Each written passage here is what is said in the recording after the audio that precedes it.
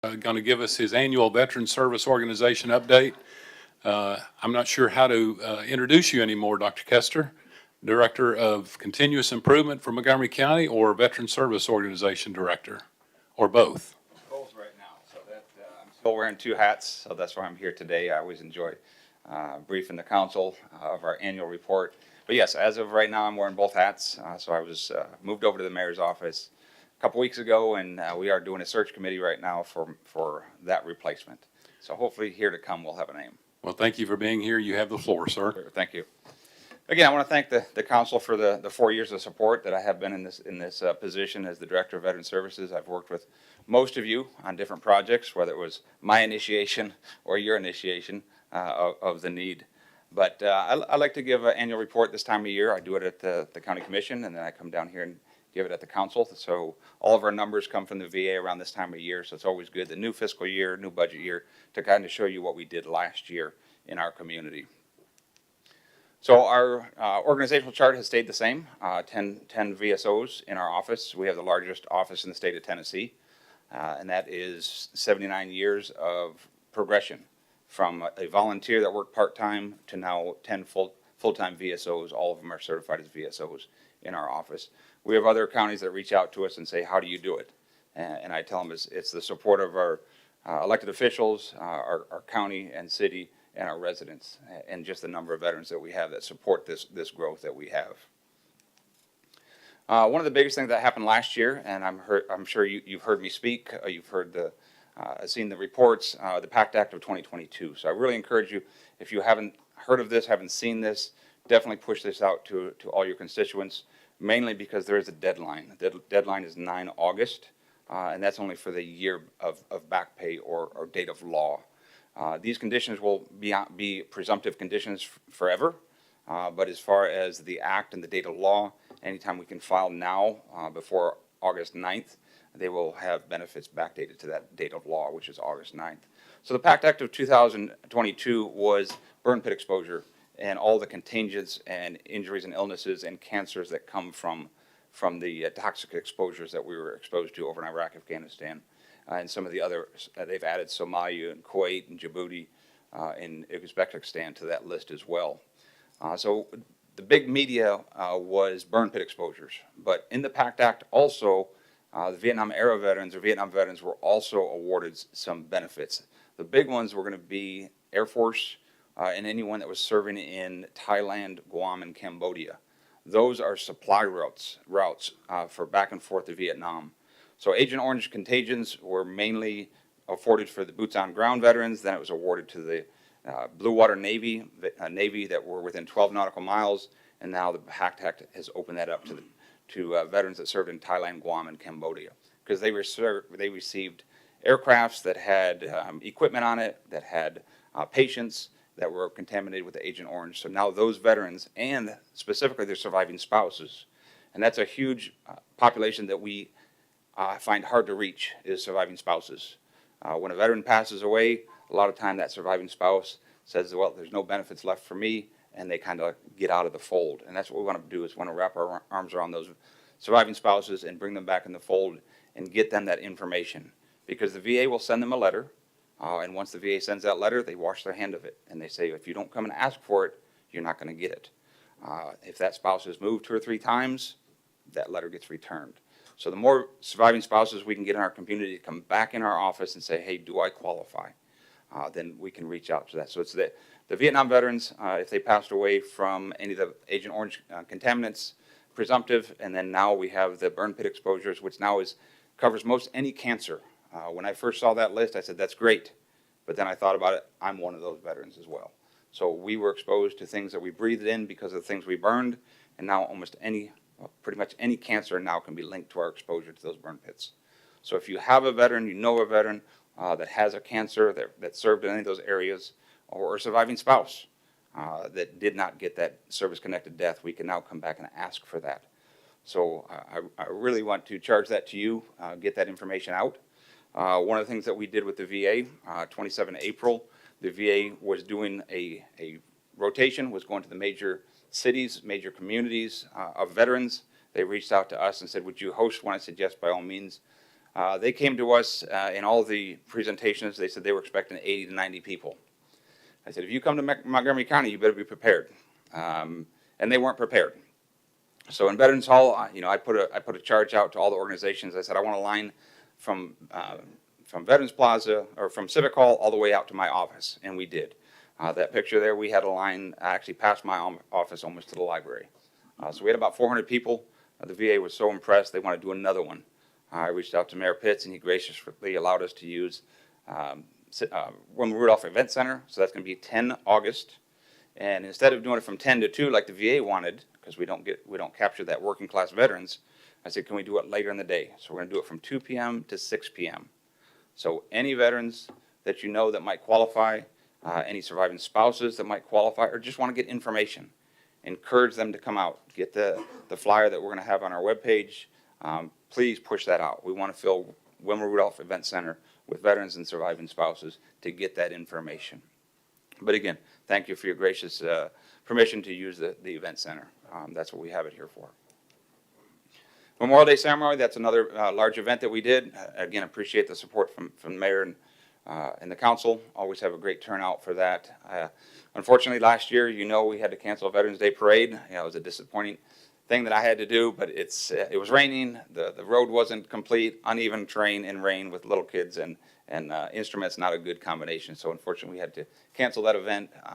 So hopefully this year we'll still have a good event for Memorial Day. And then the Flag Day ceremony. Those are the 3 events that we do every year and always get a great response from the city as well, support. So here's our numbers. These are the numbers that we're very proud of. I know they're kind of small, but this is how we kind of justify what we do, and we report back to you all and to the county, the taxpayers. This is what we do. So you can see our top numbers.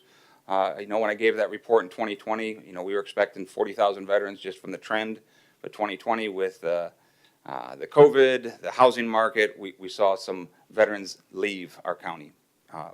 And 2021, the numbers came back, and 2022, we see that they're coming back. So 33,000 veterans. They were a very close second to Davidson County, but I know at least 10 veterans that have moved here, so I'm saying we're number 2. But what we really pride ourselves on is our service. So if you look at the bottom number of each block, that's the economic impact in dollars. And I contribute that to the 10 VSOs that we have in our office. So if you look last year, in 2021, our economic impact was $460 million, and that was a landmark when we went over that 450. And I was looking at, I was forecasting 500 million, and if you looked last year, it was 560 million. We increased that economic impact by $100 million last year alone with 10-member staff. So very proud of that. We did a lot of hard work. I attribute a lot of that to the PACT Act. We did a lot of after hours, a lot of evenings, a lot of weekend events to reach those veterans and go to those veterans where they are, as well as their surviving spouses. So just to think about that, 560 million, that's about half of our veteran population that are getting that benefit. So 33,000 veterans, but about 16,000 are getting benefits. So imagine if all 33,000 veterans and their family members were getting benefits, the type of economic impact we can bring into our community.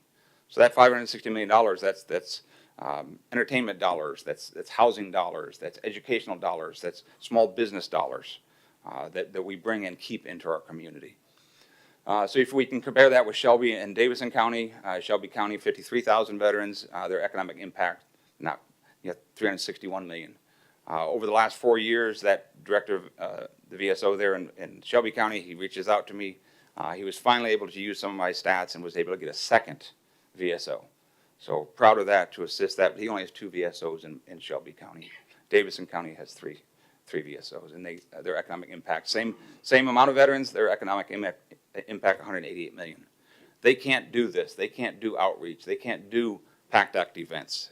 They only have two representatives, and they're busy in their office. So it's hard to get that outreach for them when they have such a small amount of people. 2022, our numbers, you can see over the last 4 years, we hover around 9,000 claims a year. Last year alone, we did 11,200 claims. So 2,000 more claims than we historically do. And again, I claim that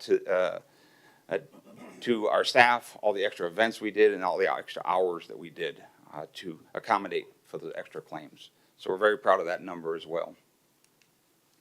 VSO committee, I also attribute to what I do in the community and the people I need to get in front of and the community members that I need to see. If I need to get in front of someone, one of those 6 members can get me in front of those people.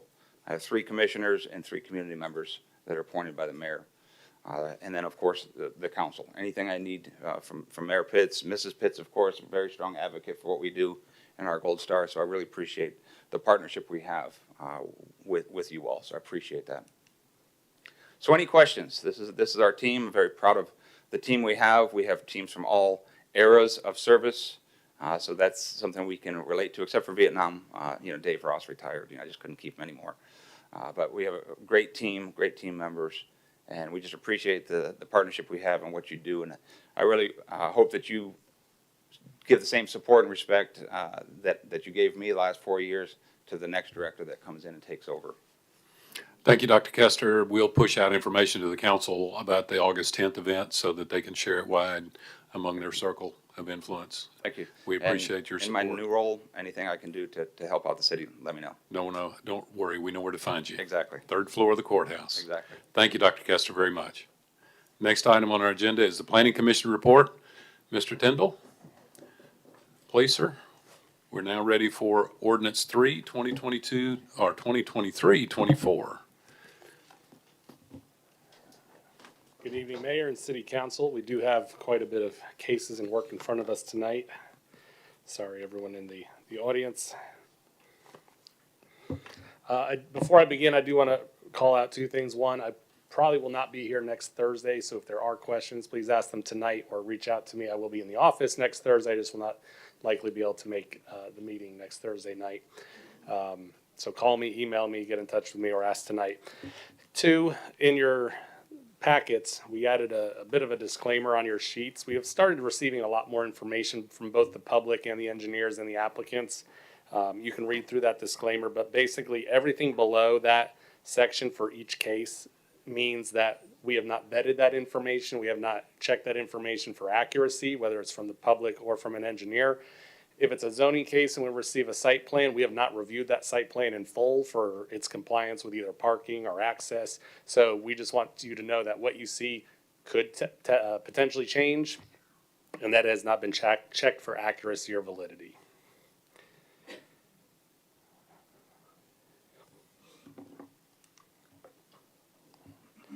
And without further ado, we'll jump into the first case here today.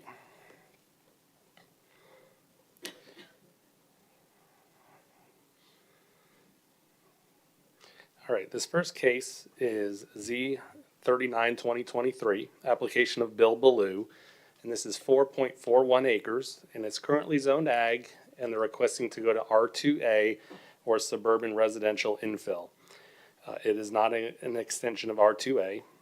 The parcel fronts Allen Road, approximately 925 feet north of Tiny Town Road and Allen Road intersections. This is in City Council Ward Number 1. It is a single-family tract with a home on it and associated outbuildings, and the applicant's statement is to provide a single-family infill development in a transition between multifamily commercial and the existing single-family.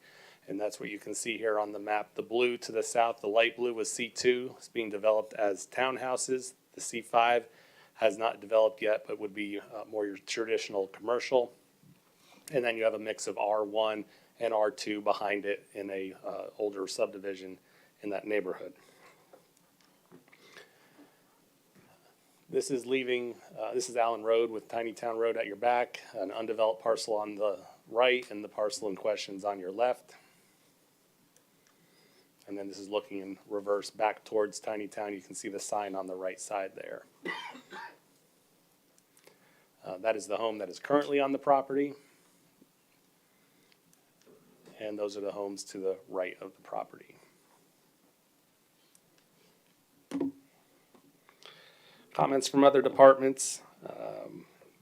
The street department has mentioned that a slope and construction easement would be required during site plan or subdivision, and the school system comments with their capacities listed at the schools that send there. The applicant's estimate is 16 total units. We do not have a historical estimate on R2A as it's still fairly new. I think this is only about the 4th R2A case the city council has had before them. In this case, the applicant has provided a subdivision further down for you to see that does maximize the units at 16. You could fit 17. They do intend on keeping the existing house per their submission. Staff recommends approval. The proposed zoning request is consistent with the land use plan. The proposed R2A single-family residential district is not out of character with the recent single-family development pattern in the area. The R2A request provides a transition of residential density from the R4 multifamily and C5 highway commercial district to the south and establish residential properties to the north. Adequate infrastructure will serve the site and no adverse environmental issues were identified. The Planning Commission also recommended approval. Thank you, Mr. Tindall. Any comment or question from council regarding ordinance 3? Seeing none, we're ready for item C, ordinance 4, 2023-24. Mr. Tindall, please, sir. Thank you, Mayor. This is Planning Commission case Z41, 2023, application of Eddie Burchett. This is 11.86 acres, currently zoned ag and requesting to go to R5. R5 is similar to R4. It's a multifamily district, but requires it to be townhouse style with 15% open space. The tract is a piece of land fronting the south frontage of Rossview Road near the Rossview Road Rollo Lane intersection. City Council Ward number 10. This is right on the edge of the city. Rossview Road in this part is in the city. Across the street is a portion of the unincorporated county. It's a rolling area with rolling hills and various vegetation, and the applicant's statement is to provide a townhome development as an affordable alternative to single-family homes within a half mile of a 5-lane roadway, walking distance to the upcoming city park, and adjacent to the industrial park. There have been 2 previous rezoning requests, one when it was in the county to go to C5, and recently in the past year, a little over a year ago, for R5. This is Rollo Lane looking at the site. The driveway would not line up with Rollo Lane. It would be a little further down. The driveway would be around the height of this crest right here on the right side. Rollo Lane's a little further down that shot on the left. And this is from Rollo Lane looking back up. This would be the farthest extent to the other side of the site. Different department comments. Gas and Water said gravity sewer is not available but could be extended. A traffic assessment was required. I believe a site distance was also submitted to show that the proposed driveway location does meet minimum site distances for the speed limit. Grading and water quality would be required, obviously for the site plan. And we also got comments from the county engineer who's running the lead on the Rossview Road widening project. Their only concern is every time there's more development, the plans have the opportunity to change.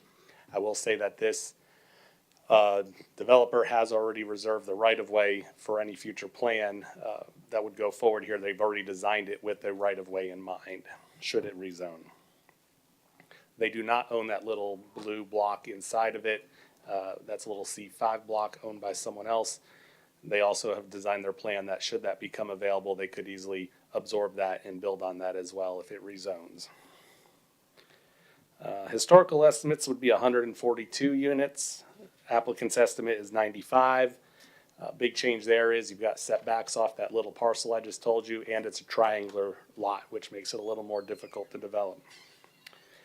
Staff recommends disapproval. The proposed long-range potential of this property appears to be appropriate. However, the existing roadway infrastructure at Rossview and Rollo needs improvements prior to the development of this property. The proposed zone change should be delayed until Rossview Road widening and Rossview Road and Rollo Lane intersection improvements are underway. No adverse environmental issues were identified relative to this request.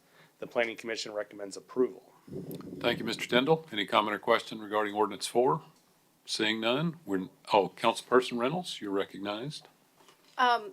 Why did the planning commission say yes as opposed to, what was the discussion? I believe I would say based off the testimony from the applicant at the Planning Commission indicating his timetable closer aligning with the start or construction of Rossview Road was most of their reason. Okay, thank you. Councilperson Streetman, you're recognized. Thank you, Mayor. Also want to answer that a little bit too, that I know that also the applicant had talked about, just like you had mentioned, they had already worked with Montgomery County and worked with them in regard to this project so that it would not affect the widening of that and leaving the easement for that. And they were looking at homes, just a portion of the homes being built in 2025. Any other comment or question regarding ordinance 4? Seeing none, we're ready for item D, ordinance 5. Mr. Tindall, please, sir.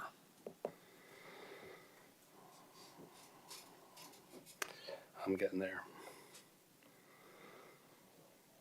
All right, this is Planning Commission Case Z42, 2023, application of Reach Holdings LLC.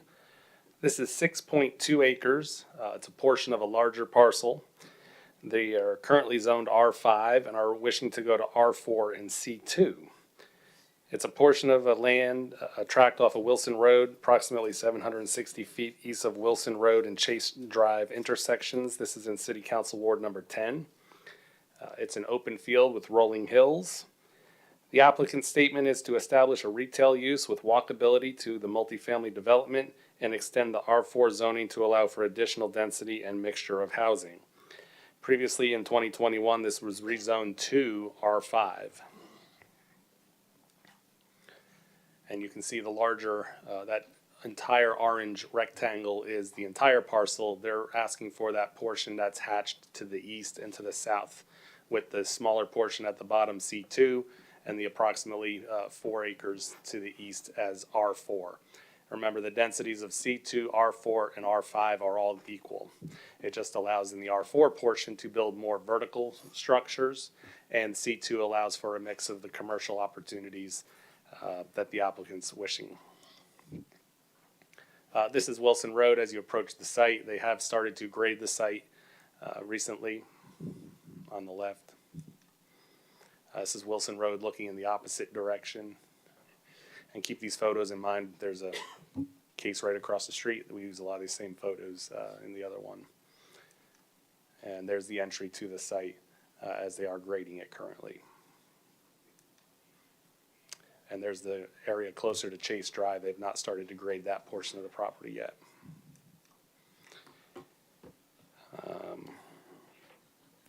There is no sewer available in the area.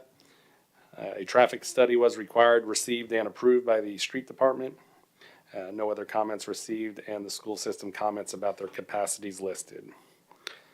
Historical estimates would be 74 units. It existingly could hold 74 units as well. Staff recommends approval. The proposed request is consistent with the land use plan. The proposed R4 residential district and C2 general commercial district is not out of character with the surrounding uses. C2 permits the opportunity for general goods and services with the additional opportunity for mixed-use residential. The adopted land use plan states a mix of residential commercial developments should be encouraged, and it's encouraged to create and maintain a mixture of housing types. Adequate infrastructure serves the site, no adverse environmental issues were identified, and the Planning Commission also recommends approval. Thank you, Mr. Tindall. Councilperson McLaughlin, you're recognized. Thank you, Mayor. Mr. Tindall, you stated that no sewer would be available.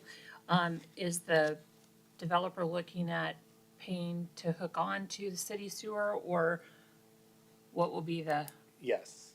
Okay. Yeah, that's just a generic statement. They are aware of it, and any extension of the sewer would be at the applicant's expense. okay, thank you. Councilperson Reynolds, you're recognized. Yes, my concern, Mr. Tyndall, is for the whole lot, the whole R5 lot. Like, when we get these piecemeal developed, we don't get a good in-out plan because we're just developing a piece at a time. So they're not required to put in a more substantial road and that, or the in and out as we go. And that has created so many problems in our communities. Don't they own that whole piece of property? Yes, and they do have an approved site plan on it. For the whole For property the or whole just property, these and pieces? I do want to call your attention again, this is provided by the applicant and has not been reviewed. I'm not sure what page it is on your packets there, but if you look just past the zoning map, 2 pages, you should see a layout of the property. I'm looking at it. The layout of the townhouses does connect both Chase Drive to the west as well as Lansbury, I think that's what that is up there, to the east. However, there's a stream in the middle, so they don't connect, but it's connecting both subdivisions around both out, so it's adding two more connections out to Wilson Road from the surrounding subdivisions. And those will be public roads. And what is the total population? I can't read it on here. I mean, I know for this one, but for I Right. can ask later. I'll call you later. Yeah, I don't think they've shown in that chart what the overall R5 project was, but. I did look at this, but I didn't recognize that it was the whole site. So I need to, I'm Right. sorry for So that. they're really asking for an amendment of just that, maybe 1/5 of the project down there in the corner. Okay, And they're gonna leave the other portions the same as previously approved. I did see that, but it didn't register. Thank you. Okay, any other comment or question? Councilperson Streetman, you're recognized. Thank you. Wouldn't this be a slight reduction in density actually because of the fact that R4 and R5 have the same density capabilities, but, and I realize the C2 could be, wait, it's not C2, sorry. They are doing C2. Okay, good. I'm not, thanks. I was trying to go off memory there. But because of the fact that now, originally where that C2 is, they had planned on also putting homes, but now he's decided instead to offer this small commercial opportunity. The original plan showed groups of townhouses all the way down the Correct. street. They are now getting rid of that first portion and building two 30-unit apartment buildings. So I think the density is a wash, but what they've picked up in land is the ability to do this small, and I'll let the applicant speak next week, but an interesting concept of micro shop units for upcoming So entrepreneurs. either way, we're not looking at an increase though. It should be the same Okay, density. that was where I was, because I know how small that road is. All right, thank you, sir. Any other comment or question regarding this case, this ordinance? Seeing none, we're now ready for item E, Ordinance 6, 2023-24. Mr. Tindall. Planning Commission case is E43, 2023, also the application of Reach Holdings, 0.47 acres, currently zoned R5 and requesting to go to C2. This is actually a portion of the parent tract. It does hook across the street. They decided to bring in two applications to not confuse each other. They're wishing to go to C2 to provide for an office and storage facility for the supporting the condominium development. This would be a leasing, sales, and storage unit for the business only. This is in Ward 10. It does have the previous zoning case where it was brought to R5 back in 2001. This is the property across, so the entry is to your rear here. Where you just saw that road getting graded into the property. This is a small area across the street, which again would be a leasing office, sales office, and storage of the things you'd need to maintain a condominium association.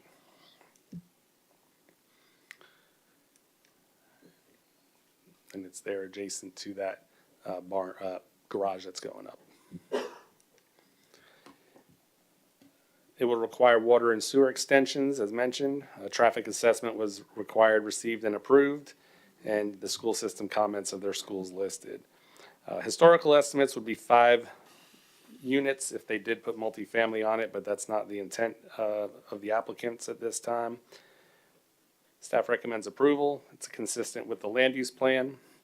The C2 district is not out of character with the surrounding uses and properties. The C2 permits the opportunity for general goods and services and mixed-use residential. And adequate infrastructure serves the site. No adverse environmental issues were identified. The Planning Commission also recommended approval. Thank you, Mr. Tindall. Any comment or question regarding Ordinance 6? Seeing none, we're ready for item F, Ordinance 7, 2023-24. Mr. Tindall. Planning Commission case Z44, 2023. This is the application of Adam Blick, right at 1/3 of an acre, 0.33. Currently zoned RM1 and requested to go to R3. RM1 is a zone similar to R1, but it only allows for mobile homes to be placed on site. And just to give you a general idea of the area, it's on Eva Drive and Britton Springs Road area there. And you can see in the dark red, that's older established RM1 district, so All of those are either mobile homes or vacant parcels throughout that area up there. You have R1, you have a lot of R4, and that goes back prior to 2010 when R4 was more of a multifamily or single-family district, so you would see a little bit of both. And this area also transitions as you drive through here from city to county, back to city, back to county, as you drive through Britton Springs Road and Evans Road and other areas.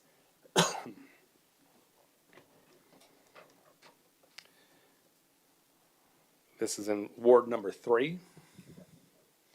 It's right there at the bend as you go around the corner. And there's the property. It does have, the mobile home has been removed. There is an existing shed on the property. And looking back in the other direction. And there's an R3 property nearby that appears to be used as a duplex.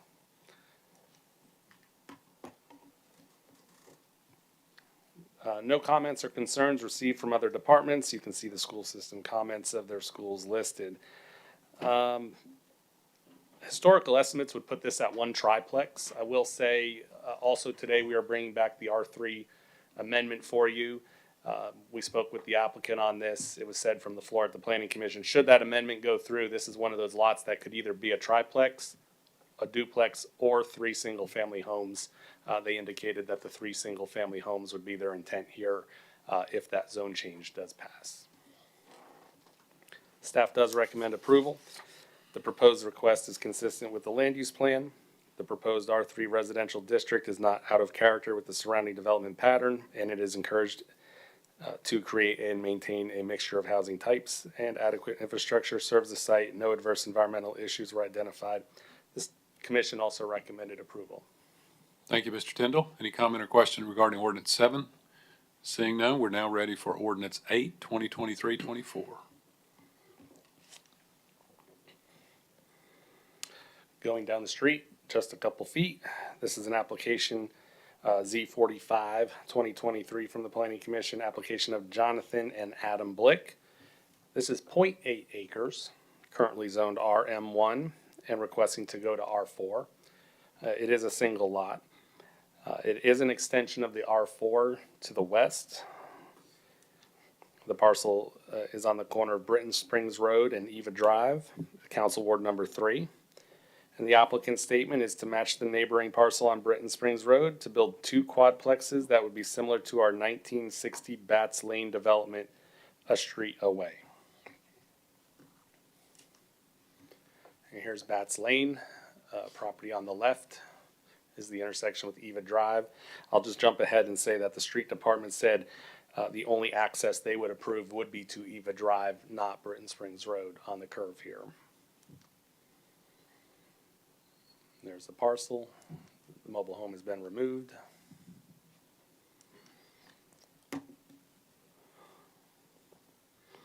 No other comments or concerns from other departments, and you can see the school system comments listed. Historical estimates would be 9 units. They indicated 8 in their statement. Staff recommends approval. The proposed request is consistent with the land use plan.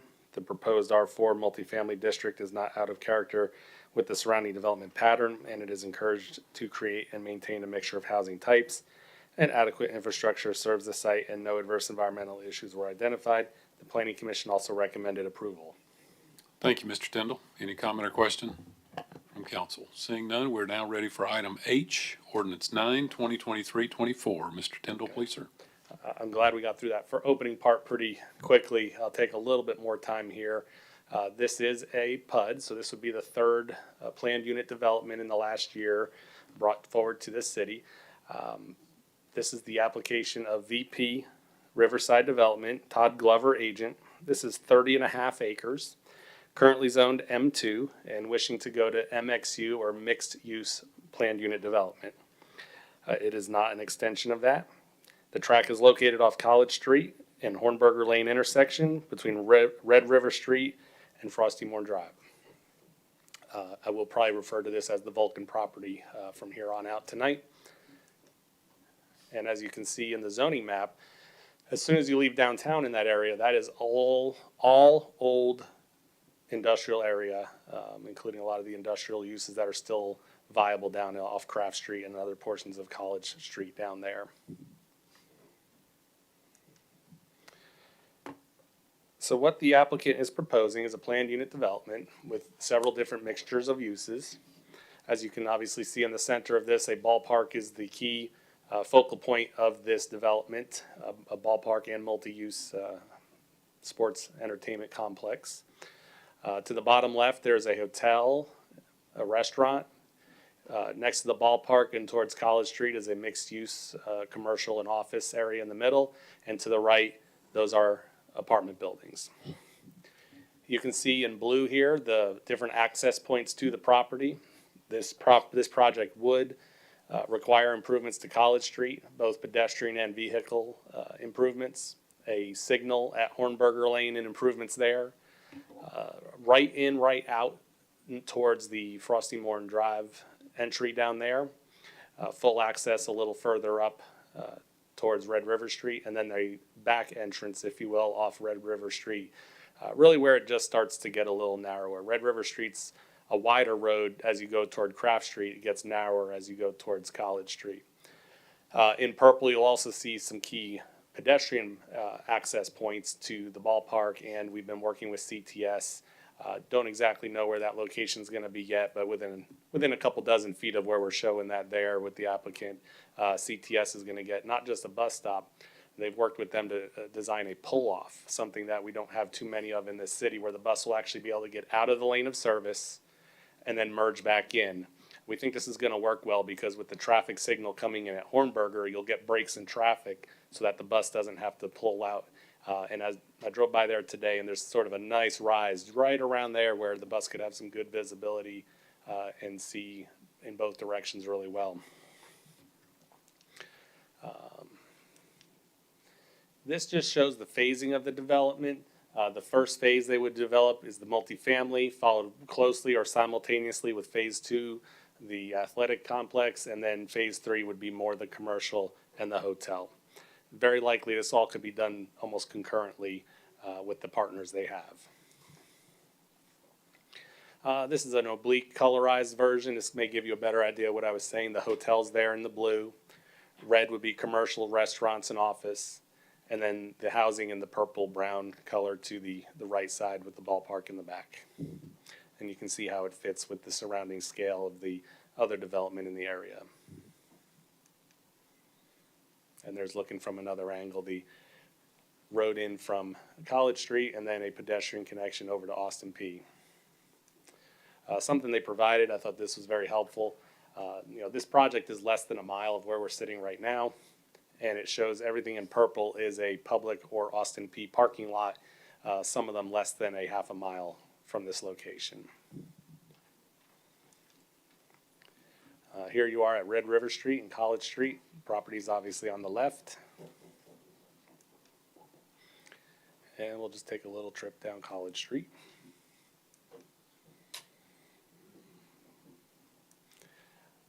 If you haven't been out there, they did a great job removing the previous building. Just a lot of concrete left over there, but they did leave a very clean site. And this is going down Frosty Morn Drive. Now, there is a small property between here and that fence line, so they do not have access to Frosty Morn at this time. We've discussed this with the developer and said if that access should ever become available, they will tie to Frosty Morn and then close up their right in, right out on College Street. This right here would be the back connection on the left into Red River Street. Red River Street in that direction goes out towards College Street. And if you turn around, Red River Street's a little wider and goes out to Craft Street.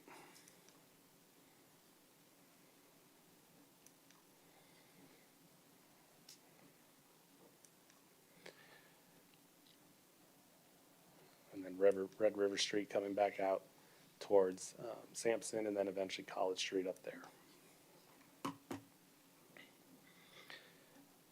This project will require water upgrades. A traffic study was required and submitted. Additional analysis was also received. Signalization at College and Hornberger is required. Left on College Street. Street lights will be installed along College Street. A multi-use path will be required along College Street. And additional improvements may be required based on additional analysis. Remember, as a PUD, you're approving the concept and the ability to start this with the densities and the building locations. Once we get the final PUD plan, that's where we'll put the actual sidewalk down and say, oh, it's gotta be a foot here or a foot there. They are indicating 8-foot sidewalks along the entire length of College Street with a grassed median between it and the roadway, which is the safest arrangement of sidewalk. A lot better than what you have out there is about a 4-foot sidewalk right on the back of curb. That 8-foot sidewalk will be continued up and around Red River Street into the primary pedestrian access to the ballpark in the back there and continued out throughout the site. The site is not going to utilize any public roads, so they're all going to be maintained internally with the development. We didn't get any other department comments. We did receive school system comments for St. B, Burt, Rossview Middle, and Rossview High. Also refer to the PUD plan and PUD report for any additional information. The ballpark is a 2,500 fixed seat facility with a maximum capacity around 4,000. 100 key or room hotel, brewery / restaurant, 65,000 square feet of retail, open space, sidewalks, plazas, ball fields, terraces, etc. 330 apartment units. 198 of those are 1-bedroom, 132 are 2-bedroom.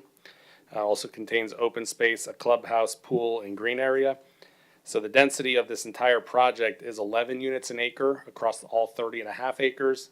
Of just the area where the residential buildings are, it's 22.5 units per acre.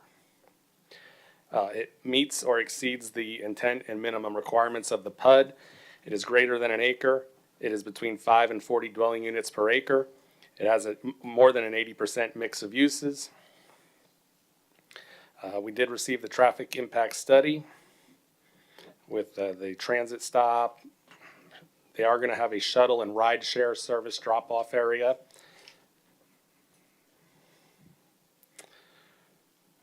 Let's see what else. College Street will receive some restriping, turn lanes, street furniture, street lights. We did mention that. I also wanted to note, I think it left my head here a minute. It might come back to me. Bottom line, I'll answer all the questions. Staff does recommend approval of this, and the Planning Commission does also recommend approval. Thank you, Mr. Tyndall. Councilperson Reynolds, you're recognized. Yeah, Mr. Tyndall, first I'm going to ask you the easy questions. Well, not so easy. But when I look at the image on the back side of this, is this sidewalk going to go all the way around to the, along Red River? Or is it, it looks like it stops just past the entrance when I look at the image? This image? Yeah. Okay.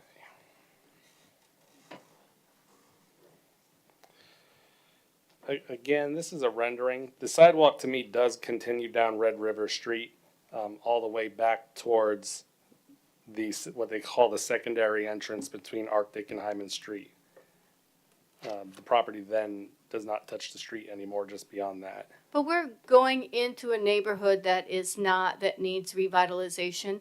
I'm very surprised that we did not require them to clean up the Red River. There was conversations at the meeting yesterday on Tuesday regarding the businesses that surround that. Because we're not upgrading Red River, we're just going to leave it. I think that this should upgrade the Red River if we're going to call it a revitalization of the neighborhood, to include a sidewalk for the entire Red River neighborhood.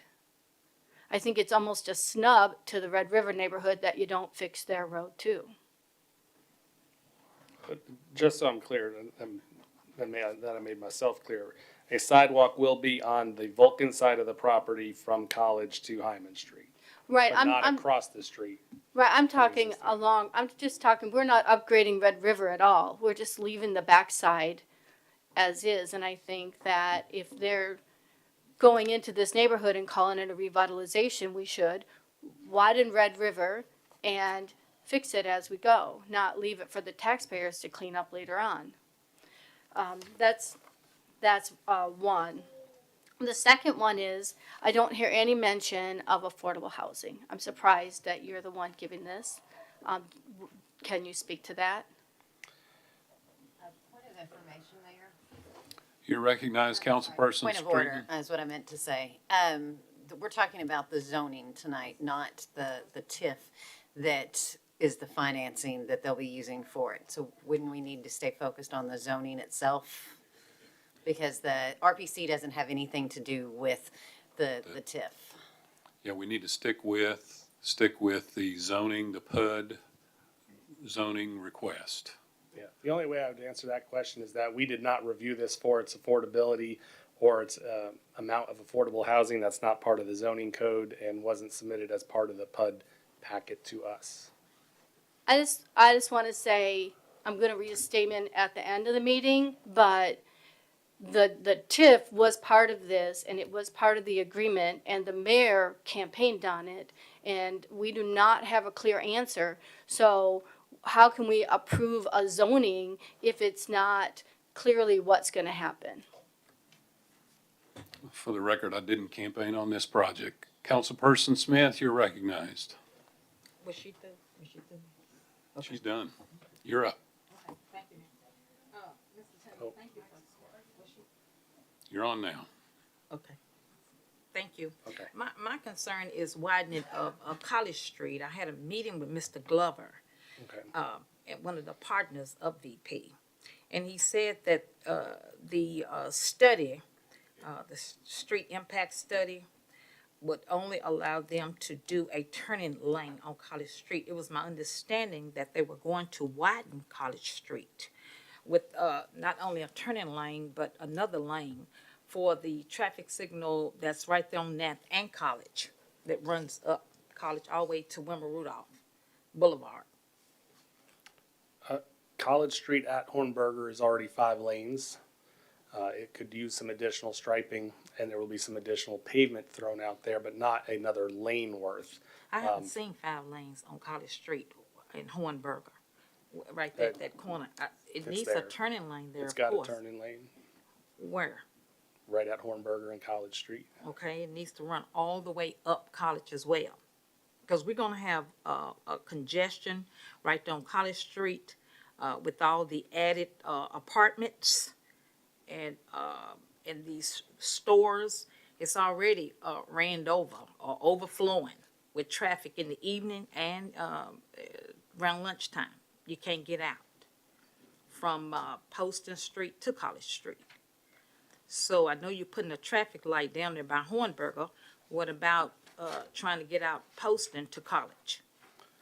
Well, That's been a we hard- didn't study Poston Street. The traffic signal at Hornberger will provide gaps in traffic, which right now College Street through this section is a bit of a speedway. It's signed at 35 and 40 miles per hour, and I know people do 50 easily. Part of that is the design of the road, the old state highway, which, it doesn't have curb on the one side. It's just all the different driveways, so it seems a lot wider than it is. I'm glad TDOT at least came in and striped some of that shoulder so you really know where the edge of the road is. But that's what you've got to work within, is that area. And from about halfway down College Street to Hornberger and then Hornberger to Craft Street, you do have the 5 lanes available But we don't have through that there. we don't have that from Red River, the corner of Red River, up to Nath Street, Nath and College. We don't have that. And so if you're gonna just widen that end of the street and not widen the other end of the street, it's gonna be a mess. Why do half of the street and not accommodate the whole area? Because we know it's gonna overflow with more traffic. There was a traffic study submitted. I would want to confer with the street department, their review of it and what it exactly says on the final improvements out there. But it showed that the level of services for both AM, PM, and at game time were not affected. In fact, Hornberger gets improved because you do have a traffic signal. So the left turns onto Hornberger and the turns out of Hornberger are vastly improved where And they that- were in yeah. F and they're going And to I go agree up. with that, Yep. yes, but there's also trouble at College Street and Nath Street. How we gonna fix that? I'd have to defer to the street Because department. we have a turning signal there, but we don't have a lane there. We're just using the 2 straight aways up on Nath and College to make the turn because of the light. Yeah, I'm not sure that was within the scope of this property. It was my understanding from the beginning of this project that they will be widening College Street. That's all I heard. Oh, they're gonna widen College Street, and I've heard that so many times. Now it's just come to the point that we're just gonna do a turning lane. Yeah, I don't think they meant all of College Street. Well, they did when they spoke with me. Now it's changed. Also, my other concern is a hotel being built on that, in that area. With all that traffic and congestion, I just think that, it's not gonna be beneficial for the area. That hotel is gonna cause more trouble in that area. You remember, we had, a lot of citizens come in here from the Bird, it used to be called Bird, or now it's Grayson's apartments up the hill. And they were talking about all of the trouble that they had with those apartments being built in their neighborhood. They flooded this council chambers with all of the police reports. And so I think building all of these apartments is just gonna cause more trouble, an unstable environment. I just think that the hotel needs to be out there with the rest of the hotels. We don't have the traffic, the roads to accommodate all of what they want to build down there. I'm not against the baseball field. I'm for that. But I think putting all these units, I think you said it's 330 apartments, am I correct? Yes. And you said 11 units, is that per an acre, or 22 and a half units per an acre? 11 units over the whole site, Okay. 22 and a half if you just count the area used for the apartments. And I think that's just gonna, it's just gonna make a traffic problem. It's gonna bring in a lot of, crime. I mean, if we're gonna stack it with, he said he wanted young people renting these apartments. And so, I mean, I just don't know why they wanna put a hotel there in that area that's gonna cause a lot of traffic and, problems. The street is not wide enough to accommodate all that they wanna do there. I'm not against, trying to build something to make it look good over there, and I appreciate the baseball field, love that. But I just think that the hotel needs to go out there where the hotels are, out there on Wilma Rudolph Boulevard. It's only a few feet from the area. And then we need parking, area. He said that he wanted to put, was talking with Austin P to build a parking garage up on College, right there at the intersection of Nath and College Street. Over there if we're coming up, it's on the right. Well, that's gonna cause a lot of traffic as well too, congestion, because we don't have a turning lane there on College Street. We're just turning on a straight lane. And so if we're just gonna fix half of the street and forget about the other half, we're just building a mess. And I don't mean that in a negative way, I'm just telling the truth. We don't have the road to accommodate this. I'm just not for that hotel being there. We're building a mess. I already got a lot of complaints from citizens talking about, hey, we can't hardly make a turn, and we still have the turning signal there.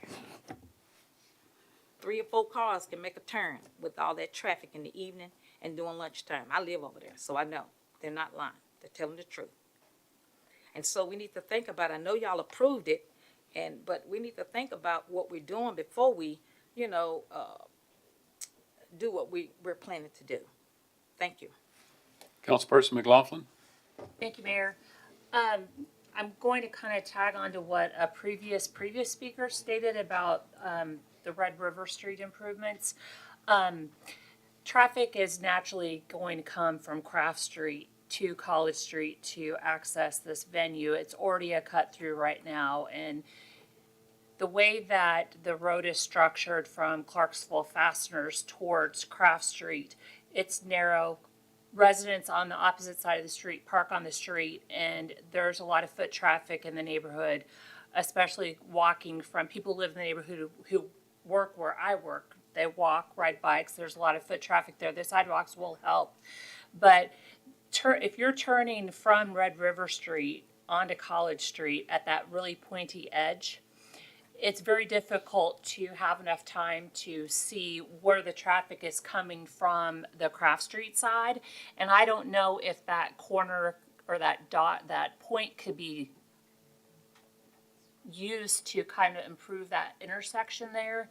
And then also, and I know that I'm not the, Santa Claus, but honestly, I do believe that Red River Street should be widened to the widest part where it connects with Frosty Moore Drive. Just for flow. It's already cut through for people trying to get from College to Craft. It's going to be more so if you're putting a big venue there. And the secondary entrance on the backside will be heavily utilized when people are coming home from work that live in the neighborhood to go to the evening entertainment. So I'd like to bring that up on the front end, that if improvements are going to happen to that road, it should probably happen when this is the reason to cause it. I know that you have no say over that, but I just want it on the record. I do have questions. How many parking spaces will be available for the sports entertainment complex? That's a good question, and in fact, that, when Councilmember Smith was talking, it jogged my memory to talk about parking. So in this site, if you look through the PUD plan, the general Monday through Thursday activity, Saturday, Sunday matinee activity at the ballpark is handled on site. Should you have a very large event, they have arrangements and are making arrangements with Austin P and could make arrangements with other folks off site, similar to how the MPEC is with off-street parking, off-site parking. That's why we showed that there's plenty of parking within a half a mile walk and sidewalks that connect it from several directions. We also anticipate that there would be police presence during larger events for traffic control, both at Hornberger and the second entrance on College Street, to allow for both pedestrians and cars in and out at the start and end of activities. At the developer or the property owner's expense? Oh, yeah. Okay. So how many total parking spaces are there for the non-residents of Sure. that? So 121 dedicated spaces are for the baseball park. The commercial retail has 261 spaces. The brewery / restaurant has 56 spaces, and the hotel has 105. That doesn't include the parking for the apartment units on the other side. They also took a 20% discount with the anticipation that some people may come to dinner and stay for a game, or may come to the hotel for the night and stay for the game. So about 20% of the activity they're anticipating will already take place on site and attending something at the ballpark. Okay. And then just one comment about the hotel. For years, people who've done studies after studies have mentioned that eventually we're going to need more than one hotel downtown.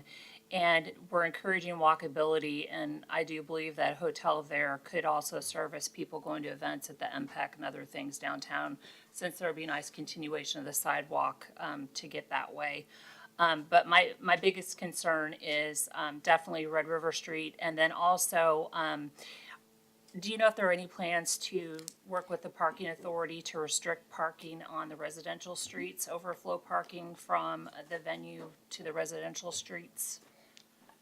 There's been no mention of working with the parking authority. I will say Red River right now is too narrow,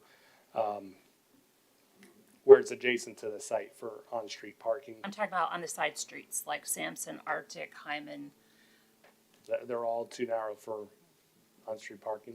But if someone wanted to sell their parking lot, I'm sure that's really okay. Park in my front yard for $50. Okay, thank you. You're welcome. Councilperson Streetman, you're recognized. Thank you, Mayor. I too want to speak to the hotel. Myself and a fellow commissioner actually talked about that at the Regional Planning Commission meeting the other day, and what a benefit that we believe that the hotel would be to this mixed-use development that we're talking about here. Currently, like you said, we only have one in the downtown area, and that one's not open at this time.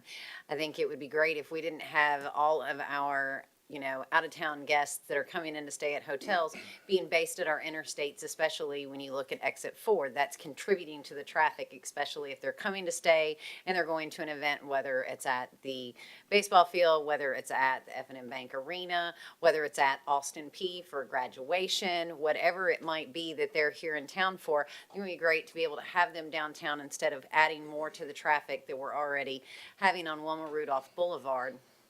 Also, I love all the work that's really been put into this. So this is something I wanted to be able to say tonight while Mr. Tyndall, you're here. I know your staff has worked a lot on this, so I thank you for that. I also want to say thank you to the street department and to our transit system. That was one of my favorite things that I saw on here was having that CTS bus stop pull off.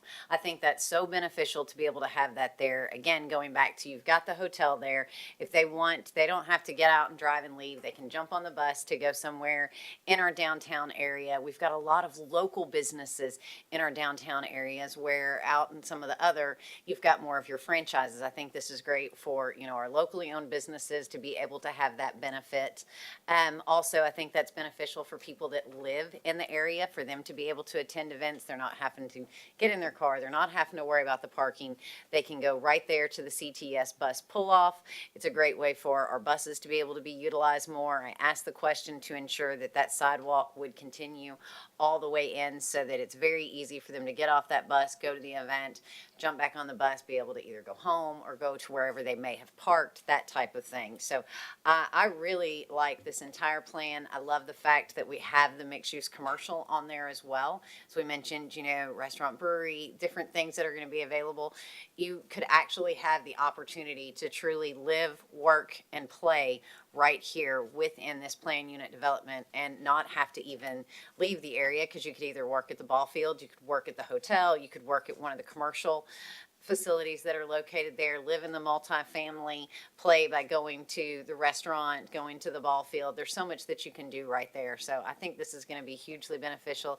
And again, my thank you to everyone involved, including the IDB and the EDC for their work on this as well. So thank you everyone for bringing us a very great plan. I also know that changes were made by working with the street department as far as where some of these entrances, adding the right in, right out at the upper right-hand corner, the various primary entrances. I think the idea for the secondary entrance is to allow for emergency traffic to be able to come in the event of a problem.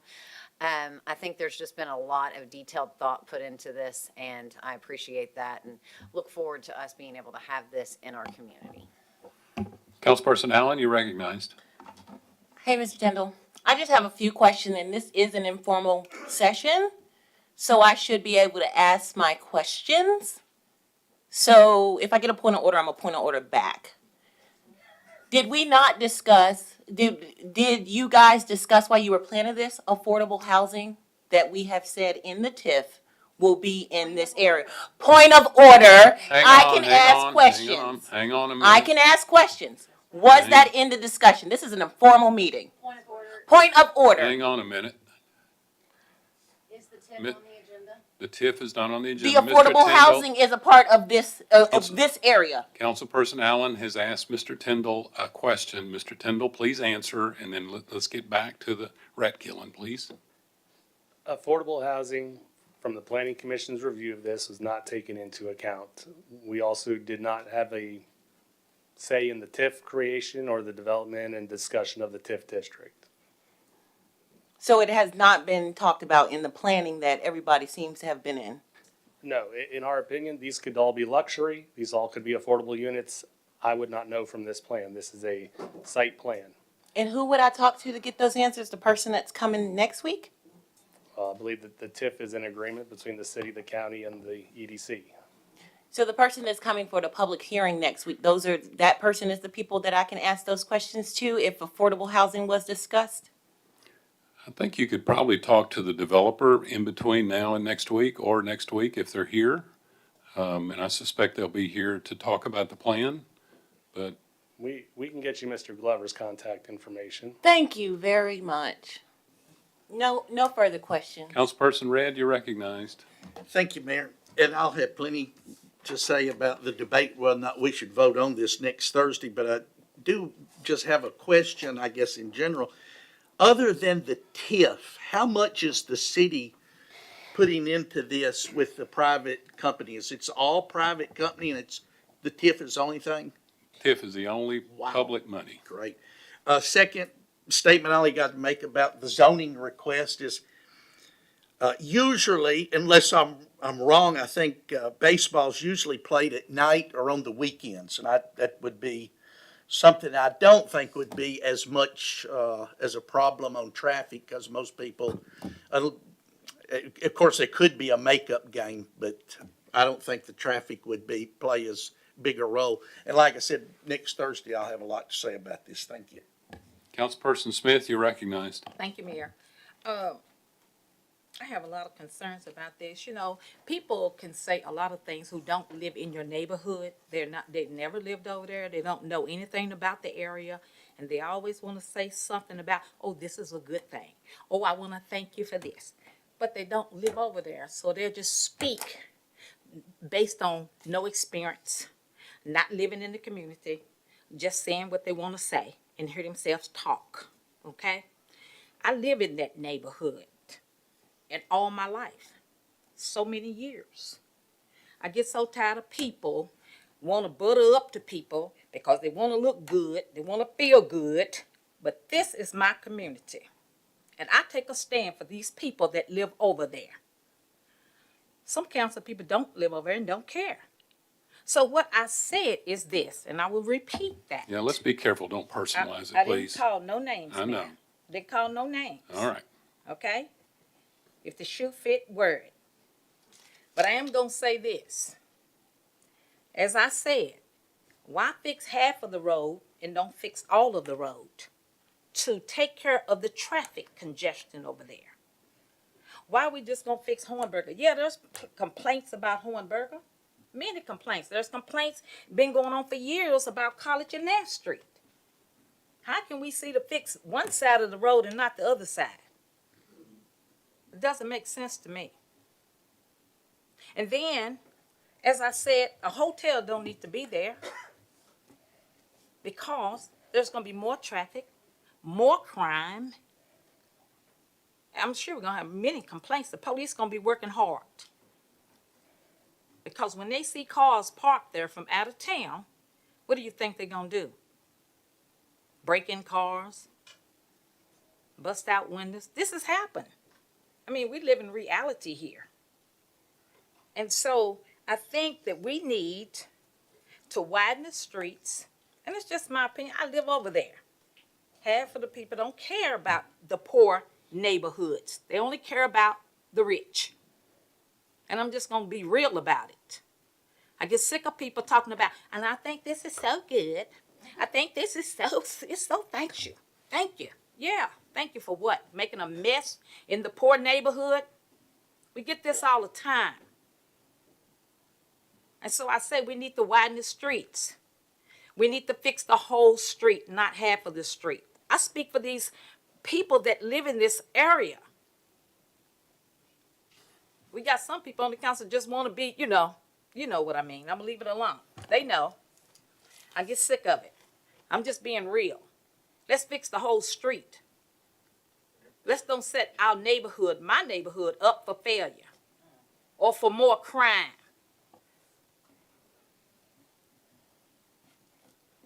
Thank you. Councilperson Reynolds, you're recognized. Yes, I do have a question for Mr. Baker. Mr. Baker, as per the point of order and tip, I have contacted, I've spoken with the contractor, and he has made it clear that he does not intend to build affordable housing. And I sent an email to the EDC, Mr. Buck Dellinger and Miss Janet Wilson, and I have not gotten a response. So if this meeting is about gaining information about how I'm going to vote, whether it's about the TIF or not, my answer on the TIF and what I hear and the information that I can gain, because I've not been able to gain it otherwise, how is that not, how can I not have that conversation and be transparent? Because my vote depends on me being able to talk about this and get that information. So how is that a point of order? I've got a point of inquiry. Okay, Councilperson Streetman, point of inquiry, please. If we're saying that we are going to vote against this based on whether or not there is affordable housing, is that not contingent zoning or contractual zoning or conditional zoning, which conditional zoning is illegal in Tennessee? But this is a PUD. Mr. Baker, It is a You're PUD. throwing it on welcome me. back. And maybe, and Mr. Tyndall can answer that question if necessary. I know he's very versed in conditional zoning. Before I give an answer. This, any questions like yours is a question for the chair to answer. He gets to, the chair, he or she, whoever the chair is, gets to decide points of order, points of information, and so forth. If the chair, if you don't like the ruling of the chair, of course, you can make a motion to overrule the chair's ruling and vote on it. And if a majority decides the chair's wrong, you can overturn the chair's decision. This is on the agenda for a zoning question. I can also understand that some members may feel like that I don't want to support the rezoning if the conditions that I'd like to see in the site plan are not there, or that the planner or the developer doesn't plan on doing what I'd like to see them do. It is true, though, that conditional zoning is illegal, contract zoning is illegal. And so you really don't even need to kind of talk about that. But I understand that you want more information, and the appropriate time may be to ask when the developer is here, so that you can ask them those kinds of questions. And if you don't feel, this goes for any council member, if you feel like you don't have enough information, then you can exercise your right to vote against something, obviously. So I would probably stop right there and Okay, shut up. Councilperson Reynolds? I would like to make a motion to overrule the chair that we need to be very transparent. We had a TIF, which was an agreement, and it does not appear that this contract is keeping up to the TIF. And I would like to have that transparent conversation with our community so they know how and why we vote. So, Mr. Baker, this is a non-voting meeting, so, Right. It is a non-voting meeting, but the purpose of it is to exchange information, ask questions, just Right, in a general sense. And so if a council member is asking a question and another council member objects to that and says, I think that's irrelevant, or I don't think you should be able to pursue this Transparent. inquiry, then I believe it is incumbent upon the chair to make a ruling on whether or not it is permitted to proceed down that path. And if any member doesn't like the chair's ruling can always be challenged. It doesn't, in other words, what I'm trying to say is, in my view, I don't think it's these procedural type of motions and points and things are not just limited to voting meetings, in my view. okay, so in your opinion, there's a motion to challenge the chair's ruling to be able to talk about TIF, and there's been a proper second to that, so we're going to take a vote on that? That's what I would do. Okay, Mayor. Madam That's what Clerk. I would suggest. We're going to put it on the board. This is merely a procedural motion. This is to challenge the ruling of the chair that we're talking only about rezoning request and not about the TIF. Yeah, and that basically the questions went too far and are out of order because they're not relevant to what's on the agenda. Okay, well, I think we'll have to turn all right, A yes would be to overturn, and a no would be to allow the ruling to stand. exactly. Okay. Do we need to switch monitors? I'm gonna read my statement. Okay, everybody know what we're voting on? Okay. Here we go. Every member, please cast your vote.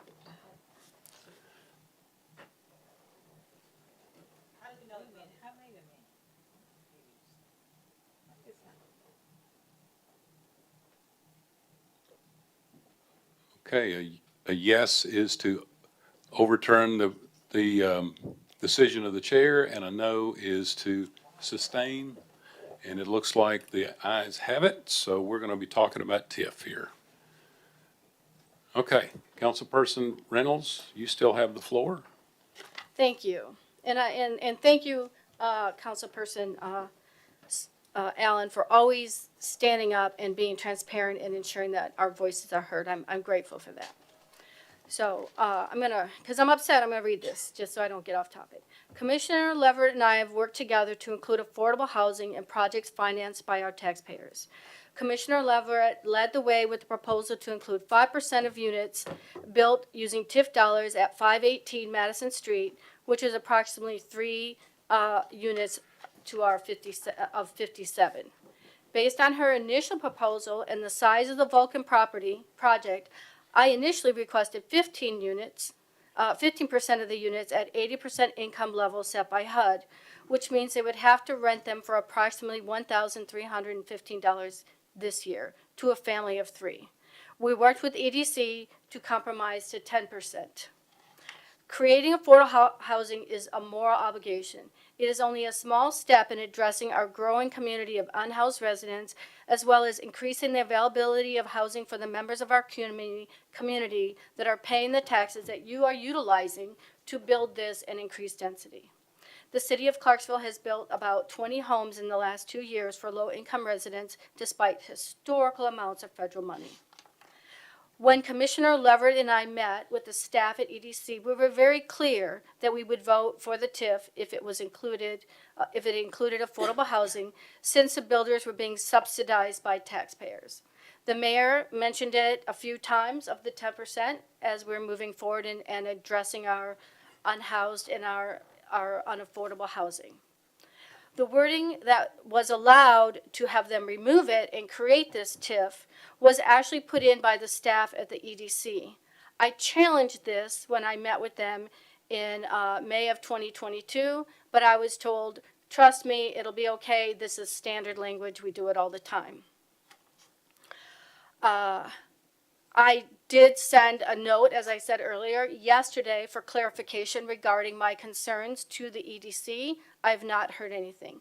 I did meet a month ago with the builders, and at that time, they expressed that they did not know they had to build that some of these would be affordable.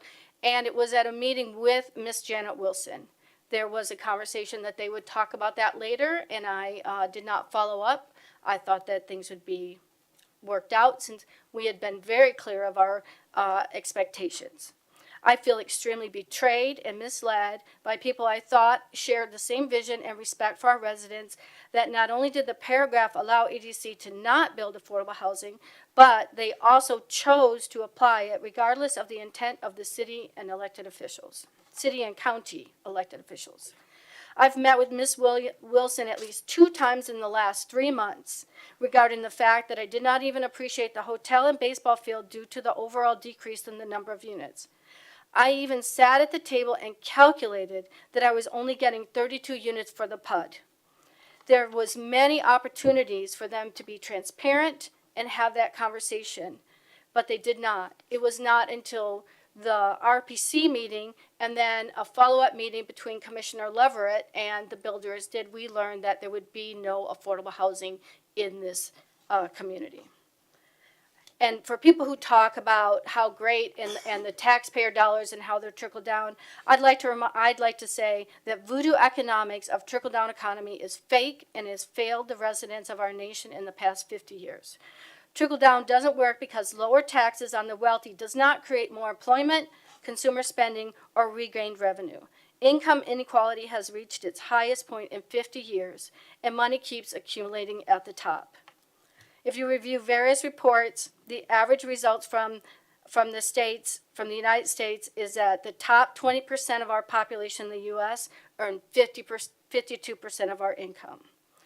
Our teachers and first responders will not be able to afford to live in these apartments unless we subsidize them.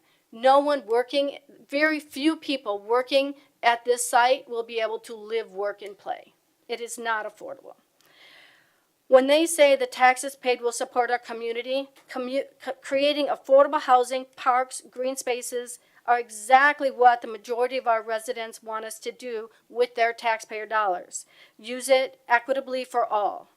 I originally supported this project, but based on the conversations with the EDC and that based on the project, based on the conversations with the EDC, and I assume that we had the same shared vision to equalize and create housing.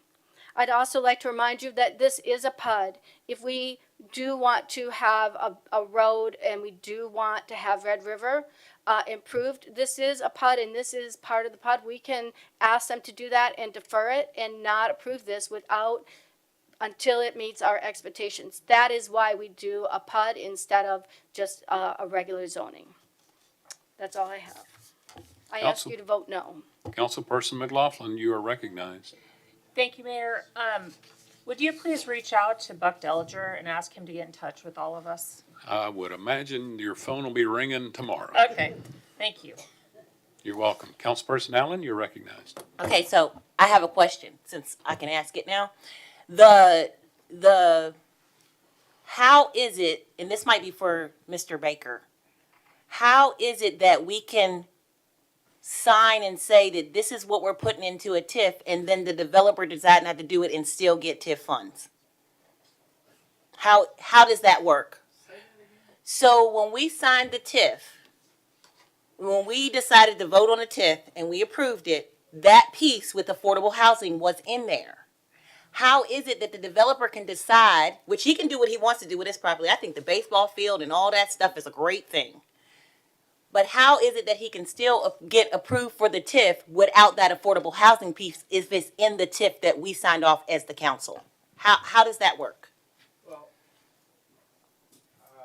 I would say that, I need to look at all the TIF agreement again and the legislation approving the TIF to give you a definitive answer. But the TIF agreement and that legislation, of course, is something legally separate from zoning.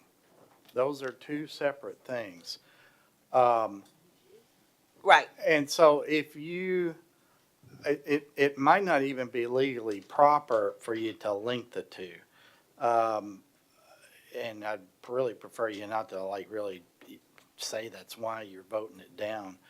I'm not saying whether I'm voting or not. I I'm saying know that I that. have a lot of questions. Right, but let me finish.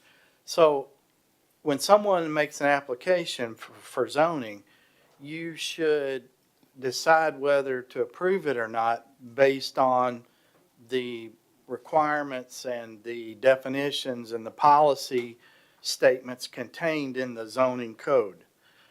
Whether you want to do a TIF or not is a kind of somewhat different animal, and are legally, conceptually distinct things. So let me just start out by saying that. If you believe that you previously voted to approve a TIF and that TIF legislation incorporated by reference a TIF agreement, which they do, and there was something in that TIF agreement that legally obligated and required a developer to set aside so much housing they want to build to meet certain income thresholds, for example, then and if they don't do that, the remedy could be a lawsuit. If the city wanted to, a majority of the city council wanted to vote to authorize such a lawsuit. It's possible that someone could also file what's called a taxpayer lawsuit. But taxpayer lawsuits are notoriously difficult to bring, Right. much less win. It's very, very difficult for a Joe Snuffy out on the street to bring a taxpayer and win a taxpayer type of lawsuit. So I hope I've answered your question somewhat. I think so. I think I just need to talk to Mr. Dillinger about what specifically the TIF says based on what the developer has said that Yeah. they're not going to do. Okay, Let thank me you. add this one little caveat too. I am by no means encouraging lawsuits, okay? I blame you for that. Okay. What I would encourage is dialogue and discussion, Right. and not just with Mr.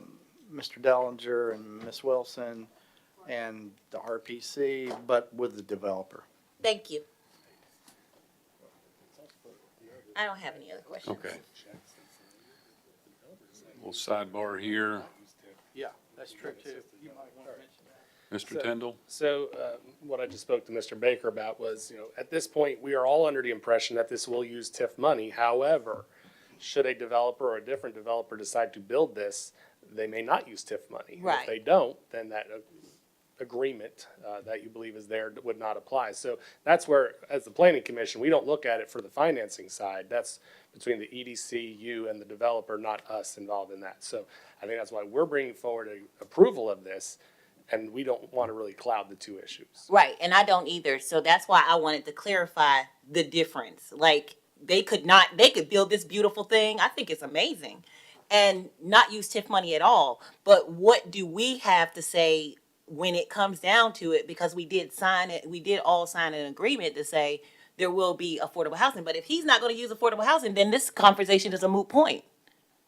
If he's not going to use the TIF money. Do you see what I'm saying? But And that's what we it bring it comes to to you as a when plan, you say, right. if they are going to use it, we need to know what we need to do. Do you see what I'm saying? I understand. All right, I think we're all getting on the same page. thank you. I don't have any further questions. Councilperson Streetman, you're recognized. Thank you, Mayor. Just since it was decided that we would talk about the TIF, I will add the clarification here. As amended, and this is actually the amendment that was brought forward by the councilperson for Ward 9 as the amendment, it's 3.12, and we voted on this July 7th, 2022. Affordable housing requirement. If any project in a plan area will consist of residential rental housing in whole or in part, the recipient of any tax increment incentive relating to such project shall be required to contractually commit to maintain at least 10% of the units in the project as affordable housing units. The board, in consultation with the city and the county representatives, is authorized to determine the appropriate manner for implementing the affordable housing requirement, including maximum income levels, term, implementation of development agreements, reporting requirements, and similar matters. If a recipient of tax increment incentive is developing affordable housing in another location in the county or desires to negotiate other consideration in lieu of an affordable housing commitment, the board, in consultation with the city and county representatives, is authorized to credit such affordable housing units against the number of affordable housing units required in the project or to negotiate such other consideration as is appropriate under circumstances. The line is right in there as far as in lieu of affordable housing commitment. This was what was brought forward, sent to us in advance, or sent to the city clerk for the city clerk to dispense to us on July 7th so that we would have the opportunity to read it in advance of voting on it that night. And again, so we're talking about a year later when we actually approved this and it approved this language as was brought forward to us to include in the TIF. Councilperson Smith, you're recognized. Thank you, Mayor. Can I ask Mr. Baker a question, please? Yes. Mr. Baker, what's your question? Yes, ma'am. Councilperson Smith. Thank you, Mayor. My question is this: can they use TIF dollars to build hotels? I think so. I don't know. I'm that may asking. be I don't know. Yeah, I believe so, yeah. Okay. Yeah. Okay. All right. Now, thank you. Now, back to my concern. I talked with Mr. Glover. It was yesterday. We had a meeting, I believe, and I asked him, would they accept vouchers within that area if they're going to build these apartments? And he said, we could consider that. I said, because we need to have it where it's affordable, user-friendly for all people, not just a certain class of people. And he said, that's a good idea. So we're going to see what they're going to do. And I hope that they're people of their word. But we do not need a motel down there. As I said, that is my community. And I just don't want people to try to put in my community what they wouldn't want in their community. Thank you, Mayor. Councilperson Reynolds, you're recognized. Yes, I'd just like to address the wording of the amendment, and yes, I did bring it forward, but I will tell you that both Commissioner Rashida Leverett and I sat down at the table. Those additional words of the in lieu of were added as a compromise with the EDC. We, at the time, had no idea that they would use those words again to remove. The in lieu of in this instance is, rather than getting affordable housing for our community, we're getting a for-profit baseball field and a hotel, just so you see the in lieu of. Again, so it's not equitable and it's not the intent, and I will continue to say, yeah, I put that in there, but I had trust at the time. Okay, we're now ready for the old business, Mr. Tyndall. Planning Commission Old Business, Ordinance 147. Thank you. And again, to City Council, I encourage you to call me, write me. I'll get you Mr. Glover's contact info sent out tomorrow morning so you can continue that conversation.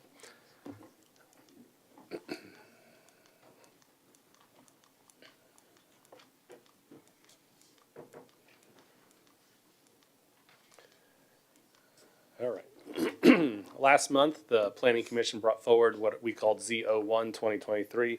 I believe it's ordinance 142? 147. Thank you.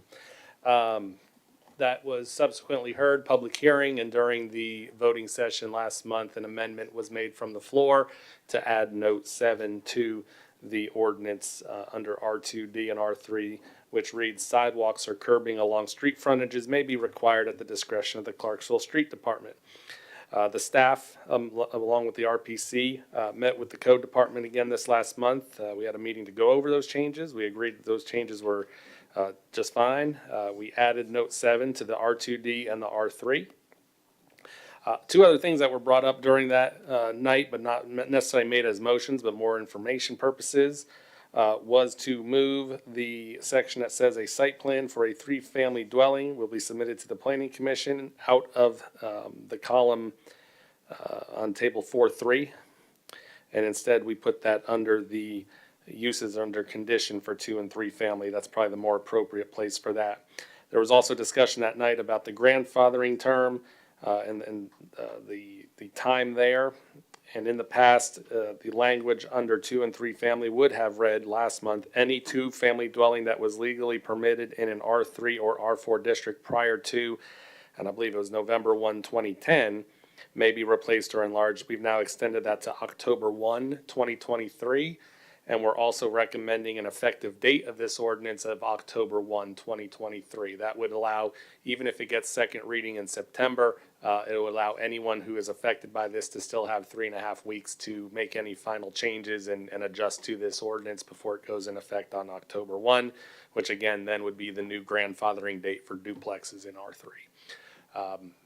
Beyond that, I'll take any questions and we ask for your support. Thank you, Mr. Tyndall. Any comment or question? Councilperson Smith, you're recognized. Thank you, Mr. Tender. Thank you, Mayor. My concern is this. I know that you said the 2010 plan was the old plan, right? And the guy was concerned about not being able to rebuild if their duplex or triplex burned up. Is that Correct. all caught in a fire? So are we putting that back in where they can, rebuild duplexes and triplexes? Yes, we believe that's the equitable thing to do. A lot of people will still have loans on these things, and if the bank may not lend you money if they don't know if you can insure it. So Right, right. that we felt was the right thing to do. We've done it for almost all different zoning changes in the past that drastically change the But they time don't like that. per se have to rebuild a duplex or a triplex. They They don't. can build Yeah. a single family. Is that right? They could build a single family, they could meet whatever the existing zoning is, but if their choice was to replace what was there, it is saving that choice for them. I really don't like the change. I really like what you had at first, but, you don't get everything of what you want. You get some of it. It's better have a half a loaf of bread than none at all.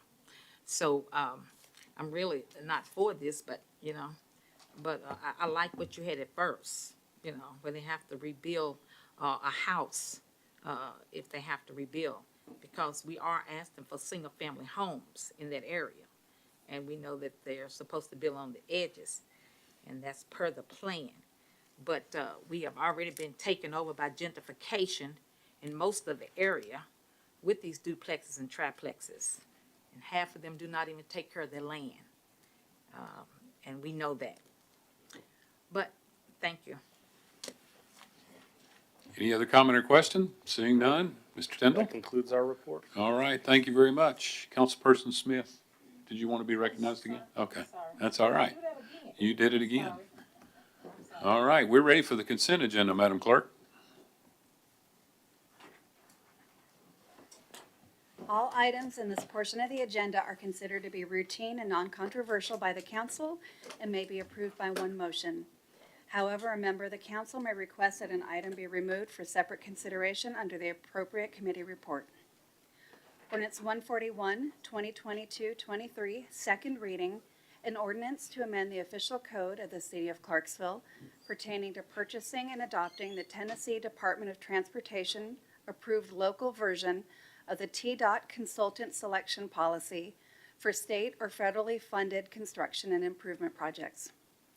Ordinance 142, 2022-23, second reading, amending the zoning ordinance and map of the city of Clarksville, application of Burt Singletary for zone change on a tract of land fronting on the east frontage of Pea Ridge Road, east of the Sandbar and Pea Ridge Road and Redding Drive and Pea Ridge Road intersections from C5 Highway and Arterial Commercial District to PUD Planned Unit Development District. Ordinance 143, 2022-23, second reading, amending the zoning ordinance and map of the city of Clarksville, application of Tanner Properties for zone change on a tract fronting on the north frontage of Rossview Road, 1,000 plus or minus feet west of the Rossview Road and Powell Road intersection from R1 Single Family Residential District to C4 Highway Interchange District and C5 Highway and Arterial Commercial District. Ordinance 144, 2022-23, second reading, amending the zoning ordinance and map of the city of Clarksville, application of Ava Homes for zone change on property fronting on the south frontage of Caldwell Lane, 225 plus or minus feet east of Caldwell Lane and Robert Street intersection from R2 Single Family Residential District to R6 Single Family Residential District. Ordinance 145, 2022-23, second reading, amending the zoning ordinance and map of the city of Clarksville, application of Brian Johnson for zone change on the north frontage of Dover Road, 375 plus or minus feet east of the Dover Road and Stephanie Drive intersection, and the east frontage of Stephanie Drive, 885 plus or minus feet north of the Dover and Stephanie Drive intersection from C2 General Commercial District to C5 Highway and Arterial Commercial District.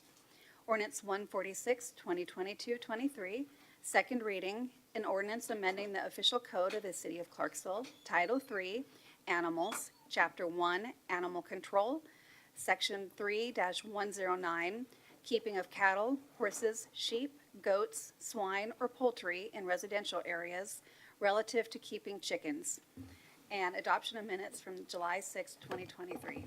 Thank you, Madam Clerk. Comment or question regarding the consent agenda? Councilperson Streetman, you're recognized. Thank you, Mayor. I will be pulling ordinance 143, 2022-23 off the consent agenda next week so that we can discuss it at the regular session.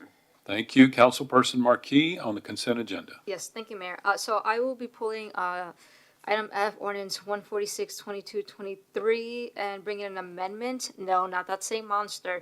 This one is on an amendment to correct an error that was made, and I've already spoken with Mr. Baker. We've already drafted one.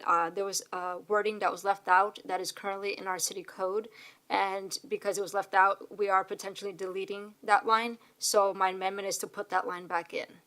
All right? Thank you. Councilperson Reynolds, you're recognized on the consent agenda. Yes, I have two things, one for discussion, and the first one, though, I need to clear a sunshine law violation.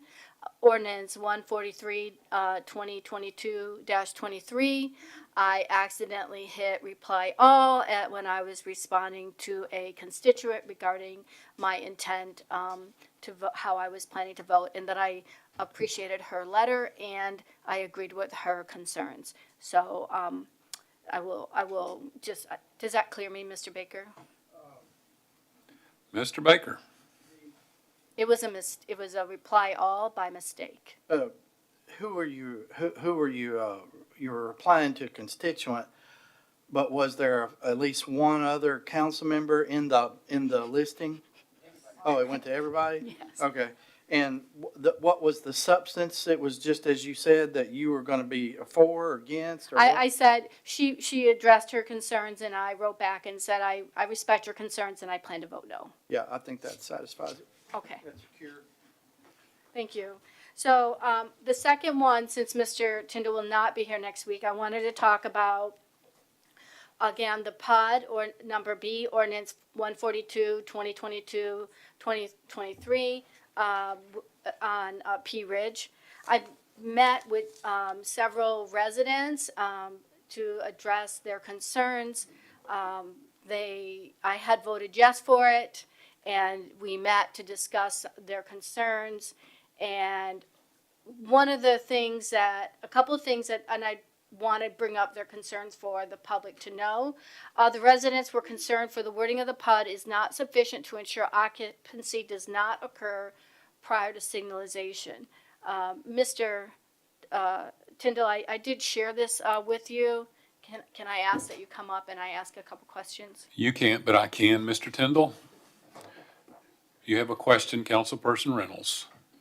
So, Mr. Tyndall, we've talked about this, and I know that it was part of the Walker Farm initially. Like, it's been required for about it's been addressed 3 different times that it would happen. So the residents were concerned that because of that muddling of who's actually going to be responsible, that he could possibly move forward without it because it wasn't necessarily part of his traffic assessment. As I mentioned before, the PUD, and in this case was the Singletary Walker Farms PUD off P Ridge Road, is again the concept, and it's the allowable amount of units, parking, etc. It still has to come in for site plan. I will say, to your email's point, there were some decent points made that I think warrant a little extra look when it does come in for site plan, where we get down to engineering the streets and the radii of the corners and et cetera. We would treat that just like any other site plan. So when the improvements come in, we will evaluate when that site plan comes in. Is the signal up? Is it under construction, or is it not even begun yet? At that point, we would have to make the determination, is this the time to say this has got to go up now? Or are you working with the neighbors? What's the timing of that intersection? Again, this is the zoning phase. I don't expect the signal to go up just because we have passed the zoning. When they decide to come back in for site plan would be the time to nail down all the dates, the times, and the bonding or any other mechanism needed to make sure that happens. And just for clarity, the council, we're talking about the signalization at 101st. So where would that be? That would come under site plan, right? Correct. And what we then call the final PUD plan. the or final Same PUD. thing as a site plan. And where will that be published so I could go back and tell them? It'll be on the planning commission agenda under the site plans. And will the public be able to see it? Yep, it'll be on our website. Okay. And then they did bring up the corner of Sandbar and the corner of the cross of Sandbar and Rudding Drive. Is that right? Rudding Drive. So back to Sandbar, they're going to put in 3 businesses there, and so the concern is they're going to have a side entrance, right? So if I'm coming down P Ridge, I can either turn into the front to these 3 businesses, or I can come around the corner and they're going to have another entrance. That corner, if we don't have a turn lane, could really be a problem for the community. And I went back to the original conversation. I went back to the ordinance originally, and there was some requirement for widening the road, but has that site plan been completed? So, for the rest of the council, what Councilmember Reynolds is speaking of is across the street and towards Thank you, 101st is a different subdivision, which we reviewed the subdivision, and the street department said they would evaluate the need for a turning lane at the time a site plan was submitted. We do not have a site plan on that corner yet, and it really depends on the use and the traffic study for that site, whether or not a turning lane would be warranted. Okay. And if not, they asked, just so you know, the residents asked for a 4-way stop to slow the traffic, not to slow the traffic down, but if I'm gonna turn in there and I don't have to stop all the way, once again, once I make that right turn in the neighborhood, if there's a turn to go into that business, there's more issues there. So, and then I just publicly, I would like to say thank you to Mr. Singletary. He has been diligently answering questions and having conversations. He did recognize that there was a few more conversations to be had, and he was willing to have them. And we did talk about the construction access, and he said that he would truly look at the best possible place. So while he's building, not to interfere. He may push his construction access behind running drive, so then it wouldn't interfere with that, if possible. I mean, he did not make a promise, but he said that he would. That was certainly a reasonable request if the landscape allowed him to do that. So. Thank you, Mr. Tindall. Councilperson Shekinah, you're recognized. Yes, thank you, Mayor. Reference item C, ordinance 143, the Tanner property off of Rossview Road. I actually received a lot of emails, and some of you all have received some emails as well. I asked some of the residents if they could just show up tonight for this meeting. And if they're still here, I asked them to stand. I know it's been a long meeting. So if you're here from the Rossview, just stand and recognize. I know you can't speak or anything, but just at least stand to recognize so we can acknowledge you. And I'm quite sure more will probably be here next week. But I just told them, instead of just emailing me, I'm just one vote. Just email everybody and share your thoughts. And that's all I want to say about that. Okay, thank you. Anything else on the consent agenda? We're now ready for the Finance Committee report. Chairperson Streetman, you are recognized. Thank you, Mayor.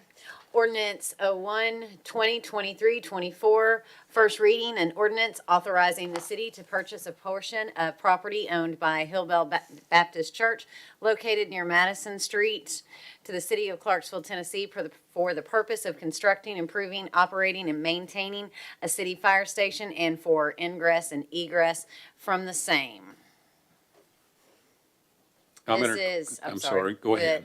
The station is currently in the design phase, and the purchase is to give us flexibility to expand and access the property for a safer entry off of the main road. The Finance Committee recommended approval. Now, any comment or question? You are recognized. Ordinance 02, 2023-24, first reading. An ordinance amending the operating budgets for fiscal year 2024 for governmental funds. Ordinance 140, 2022-23 to appropriate and provide budget authority for the COVID Special Revenue Fund. This is to roll over funds for ARPA projects already budgeted but not completed from 2023 to 2024. Again, the Finance Committee recommended approval. Thank you. Any comment or question? Seeing none, you're recognized. That concludes my report, Mayor. Thank you. Gas and Water Committee report. Chairperson Holloman, you're recognized. Thank you, Mayor. I'll have a full report next week. Thank you. Neighborhood and Community Services Committee, Chairperson Shekinah, you're recognized. Thank you, Mayor. I will have a full report next week. Thank you. Parks and Recreation Committee, Chairperson Zacharias, you're recognized. Thank you, Mayor. I'll have a full report next week. Thank you. We're now ready for Public Safety Committee. Chairperson Red, you're recognized. Have a report next week, Mayor. Thank you. Transportation Streets Garage Committee, Chairperson Smith, you are recognized. August the 3rd, I will have your report. Thank you. We are now ready under new business, discussion item regarding rewriting Section 3-109 of the City Code. Councilperson Amber Markey, you are the sponsor of that discussion item, and you are recognized. Thank you, Mayor. All right, so I guess just to start so that everybody's on the same page regarding the amendment that was sent to committee level, and I'm sure Mr. Bacon can help me expand on this. The procedural motion to send an amendment to committee is not proper procedure. So there was no action that we could really take at the committee level. And upon discussing it amongst ourselves, it was, I guess, more consensus of let's bring it as its own separate ordinance. So I figured instead of just throwing it as an ordinance this time, I would just open the floor to all of you guys to hear what your questions or concerns are about it. So that way, if something needs to be looked at twice or changed slightly, that can be done before bringing the full ordinance forward. And so I just wanted to open the floor to you guys on that for that reason. Okay, the floor is open to discuss Section 3-109 of the city code dealing with farm varmints, right? Yeah. Okay, Councilperson Reynolds, you're recognized. Yes, and so I would like to say that after the meeting, I read it again, and I would, if it's going to come back, I noticed that there was like an increase in the number, and there was a lot of technicalities. I would like to say that if we're going to do quail and chickens, that we leave the total number the same. I just kind of, if you get 8 chickens, you get 8 quails. That, I mean, just like not to do up and down, because I think a total, like we have a total number of whatever is available. I did appreciate the extra information that you provided. Thank you for that. I still would like maybe another bit of information about owning a quail versus a chicken, maybe a couple more data points that I could read, that I could share with my community to ask. Other than that, I didn't have a lot of extra concerns unless I missed something. Okay. Discussion regarding the Section 3-109. Councilperson Allen, you're recognized. So I have a couple questions for the sponsor of this discussion. I don't know nothing about animals. So are you talking about rewriting the whole section or just your amendment piece? I was gonna look back at the rest of the section, not the one that we've already voted on, because I'm gonna leave that alone. So my section, and then maybe look at section A and D, E, F also to look at it. Sure. Subject, sorry. Subsection. Substance.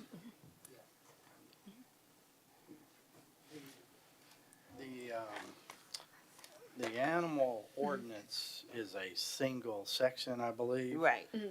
And and you can stop me and correct me at any time. She's not talking about looking at the whole section, but at the subsections where that pertain to poultry. Yes. Councilperson Allen, you have the floor. So because I really don't know nothing about animals and poultry and all that other stuff, I'll tell you that there's a piece of legislation that I'm working on. And what I did is I'm going to meet with Mr. Baker and the people that it affects the most. And then I'm going to, before I bring the legislation up to be voted on with the changes, I'm going to bring it to the council as a discussion piece, just like this, and then discuss the changes as a whole and then take advice. Okay. And the reason why I'm going to do that is because instead of bringing it in, it's just a surprise to everybody. We only have 1 week to study it. It'll Yeah. be there and we'll have a whole month to study it. So that would be a suggestion to you too. Okay. Councilperson Streetman, you're recognized. Thank you, Mayor. Just wanted to ask, are you still going, I mean, I realize that you said you weren't able to do it at the last Public Safety Committee meeting. Are you still going to take it through there, through the Public Safety Committee, so that the committee has the opportunity to kind of discuss and work on it together as a committee, as well as allow building and codes and others their opportunity to give input? Yeah, because like you said, they'll have their input, and I was gonna reach out to them with regards to, I know enforcement is a question, to have them talk about that. Okay, that was my only question. Thank you, ma'am. Councilperson Shekinah, you're recognized. Yes, thank you, Mayor. And all of this animal stuff has stirred the residents up, and so I've been getting calls about pygmy goats. So we might want to start thinking about goats and where we want to go with goats. So that's all I have to say. Thank you, Mayor. Thank you, Dr. Doolittle. Councilperson Red, you're recognized. Yes, in committee, I think, council suggested that maybe it should be written as a separate ordinance. Yeah. And you Yeah. plan on doing that probably? Yeah, that's what I'm Okay. trying to do. Councilperson McLaughlin, you're next. To the sponsor of this discussion. One thing that I'm concerned about is the ability to slaughter inside a residential area and city Okay. limits, and I hope that in whatever version you bring forward is removed. There was a cow slaughtering place next to my elementary school, and I still remember to this day being on recess. But I don't think that city limits, residentially zoned places are a proper place for animal slaughter, regardless of what animal it is. Okay. Thank you. Councilperson Streetman, you're recognized. Thank you, Mayor. I agree with that as well, and I apologize, I didn't think of that a moment ago. To the sponsor, if you recall, I'd even mentioned when we first talked about busting it up and looking at it, that there were some things in there that I definitely wasn't supportive of. And I can tell you, I'm not in favor of them being able to slaughter, especially thinking about, that going on in the backyard, and you've got kids playing next door. I just also believe that's not quite a, city thing that we would want. So thank you for that reminder. Yeah, I was actually gonna ask you guys about that because I know it is a dicey subject, but I already got beat. Oh, no, I didn't mean to like that. Sorry. No. Wow. Okay. Wow. I guess, do you guys have any other questions for me? That's- I got some notes I can go That's back all, on. that's all on the list. You're recognized for final comment. Oh, yeah, I mean, I just wanted to get your guys' opinion so that this can be worked on. Okay. Yep, thank you. Thank you. We're now ready for mayor and council member comments. Any council member have a comment? Councilperson Reynolds, you're recognized. Yes, I would just like to say thank you to my peers. I think it's important that we are transparent and have conversations in front of the public. We may not always agree with each other, and we may not even like what each of us say, but I do appreciate the support and ensuring that the concerns and our voices are heard. And especially thank you to Councilperson Allen. Councilperson Allen, your name was called. You're next. So first, I would like to say that I apologize to the public and to my fellow council members for my outburst. However, I think that transparency is extremely important in our city government, and we should not be using Robert's Rules of Order to try to control the conversation. We should not be using Robert's Rules of Order to weaponize against another council member when they are trying to ensure that our city council knows that our city knows what is going on. And that's why I would like to just say that I'm not that type of person. However, I am for what's right, and I will make sure we're doing it right up here because our constituents need that so that they will always know that we are being 100% transparent with them. Thank you. Councilperson Streetman, you're recognized. Thank you, Mayor. I just want to remind everybody that we are still meeting weekly for the legislative agenda requests. If you have something that you would like to bring forward, I ask that you please get it submitted to the city clerk so that we have the opportunity to get it on the schedule prior to us as a committee voting on what will be included on that. That allows for the discussion to be able to be had on what we want to be included and want brought forward. I would ask that you please get those to her so we can have that done. Also, one of the things that we are trying to do is we've always had road projects in the past and infrastructure improvements. These are generally very large road projects and which obviously come with a substantial price tag, and everybody across the state is asking for those things. What we're trying to include on this one is also some smaller projects. So if there are some smaller projects that involve state roads within your ward, I ask that you please get those submitted as well. We'd like to get those turned into the street department so that when we have the meeting that will be held on August 9th, we have the opportunity for them to be able to have reviewed them in advance, let us know if they agree that these will work, won't work, that type of thing. But this would be any type of infrastructure that might be involved with a state road, and this could include signalization, additional turning lane, extended turning lane, crosswalks. There's lots of things that could be involved with that. Please take a look within your ward and get those submitted to us so that we have a nice list to be able to look at and say, this is what we want to ask for from our state representatives to help us out in order to get our traffic moving more. Thank you. Councilperson Shekinah, you're recognized. Yes, thank you, Mayor. And I'd just like to ask all of the motorists out there just to slow down. School is right around the corner. We'll start back up. And I know up there at Rossview where that Quick Trip is at, these guys just run the red lights like it's no tomorrow. So just slow down and obey those lights. They're up there for a reason. And that's all I ask. Thank you. Thank you. Well said. Councilperson Zacharias, you're recognized. Thank you, Mayor. So the previous speaker stole my thunder, but I will just go ahead and add that if you know a teacher, maybe give them a call, check on them, make sure they're doing okay. School starts next week. Are you doing okay? That excludes council members who are teachers. Don't want to violate the sunshine law, please. Okay. All right. Any other comment? We are now ready for public comments. If any member of the public wishes to address the council about any topic except zoning, they're welcome to come to the microphone. And you have 5 minutes. Welcome, Commissioner. Good evening. Mayor and city council colleagues. Just for the record, I'm Dr. Rashida Leverett. I am also a teacher, and I am the current sitting county commissioner for District 5, and I live in Ward 6. Ms. Smith is my council representative, and I'm not going to talk about zoning. I'm going to talk about TIFs. And TIF stands for, if you don't know, tax incremental finances. One reasons why we use TIF, especially in this area, is because we do have a lot of dilapidated and underdeveloped parcels. And so we want to redevelop this area. And I am so excited about redevelopment. I'm excited about, projects coming to, I want to say District 5, but Ward 6, District 5.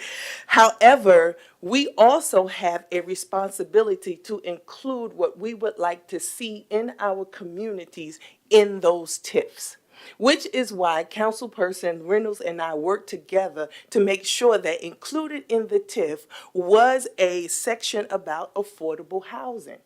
Now, I know as legislators, we cannot legislate morality. We cannot legislate trust.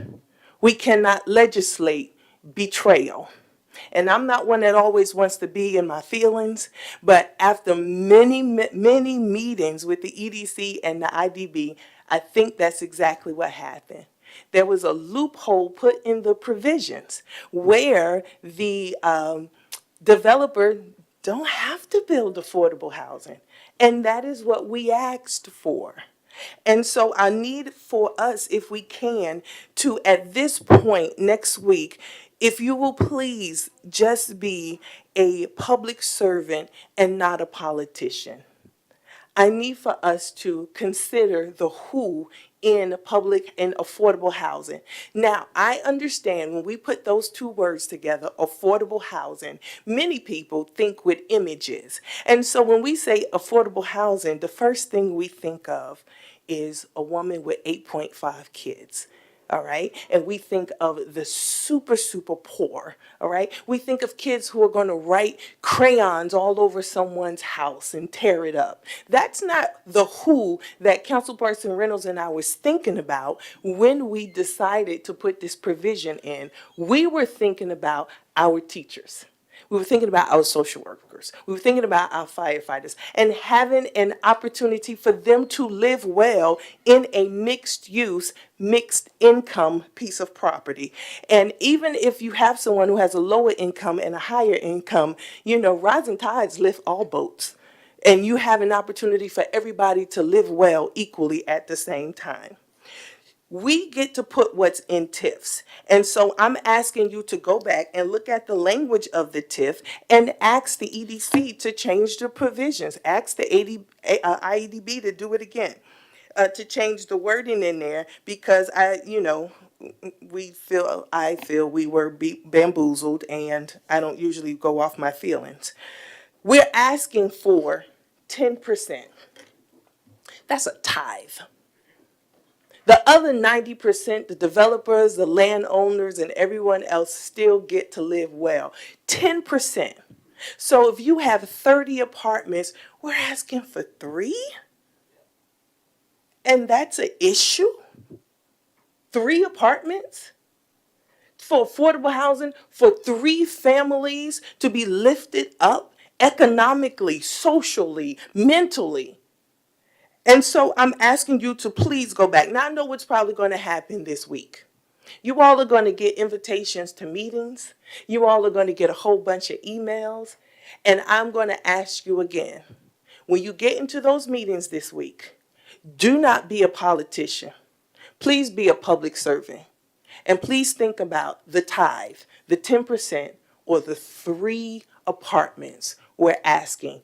And please go back and ask the IDB and the EDC to defer this legislation and rewrite. You all get to rewrite what is in the language so we can solidify affordable housing for the people who trusted us in these positions. Thank you. Any other member of the public wish to address the council? This concludes the public portion of the executive session. We will now go into city attorney quarterly update attorney-client privilege session. We'll invite the public to please exit the council chambers. And Mr. Baker will give the council a briefing.